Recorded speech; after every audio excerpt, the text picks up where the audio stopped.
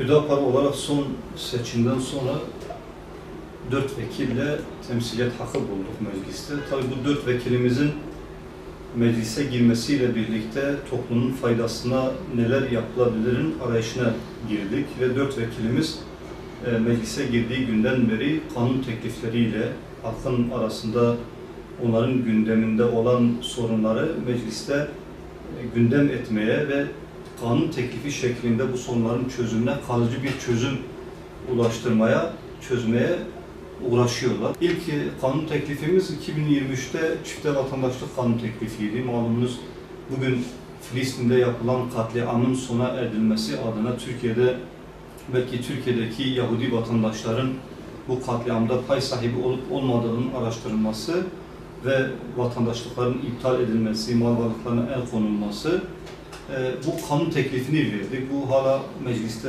sırada beklemektedir. Sizin vesilenizle bu anlamda hala destek taleplerinde de bulunuyoruz. Bu kanun teklifimizin mecliste geçirilmesi gerektiği. Çünkü Filistin sorunu devam ediyor. Kanayan bir yaraya dönüşmüş durumda. Çok kötü bir katliam ve açlığın, ilaçsızlığın, susuzluğun, elektriksizliğin de bir katliam aracı olarak kullanıldığı bir evreye, bir safhaya geçmiş durumda. Sonradan aileyi koruma ve sapkınlıkları engelleme adı altında bir kanun teklifimiz oldu. Bununla birlikte cinsel sapkınlıklar ilk defa suç sayılacak ve önleyici cezai müeyyidelerin uygulanması yönünde bir kanun teklifi verdik. Tabii bununla birlikte buna benzer birçok kanun teklifimiz oldu ama özellikle şu kanun teklifi üzerinde durmak istiyorum. Malumunuz en son en düşük emekli maaşı açıklandı. Onunla ilgili en düşük emekli aylığını çok yetersiz gördük. Yani insanların yoksulluk sınırının altında yaşamaya zorlanması hem sosyal hem ekonomik adalete aykırıdır.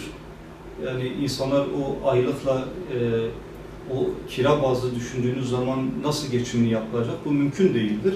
Biz de bununla ilgili en düşük emekli aylığının asgari ücretin altında olmamasıyla ilgili kanun teklifi meclise sunduk. Ve bu kanun teklifimiz eğer mecliste yasallaşırsa en düşük emekli maaşı asgari ücretten daha düşük olmayacak.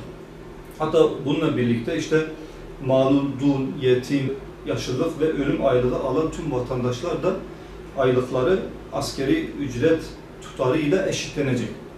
Ve bu böylece belki bir nebze de olsa sosyal devlet anlayışı kendi vatandaşlarına daha yakışır, ferah bir hayat standartı imkanı sağlayacaktır. Bu yeterli midir? Bunun eksikleri yok mudur? Muhakkak vardır. Ama şu an biz en kötü ihtimalin bu olması gerektiğine inanıyoruz ve bunun için de meclise böyle bir kanun teklifi verdik.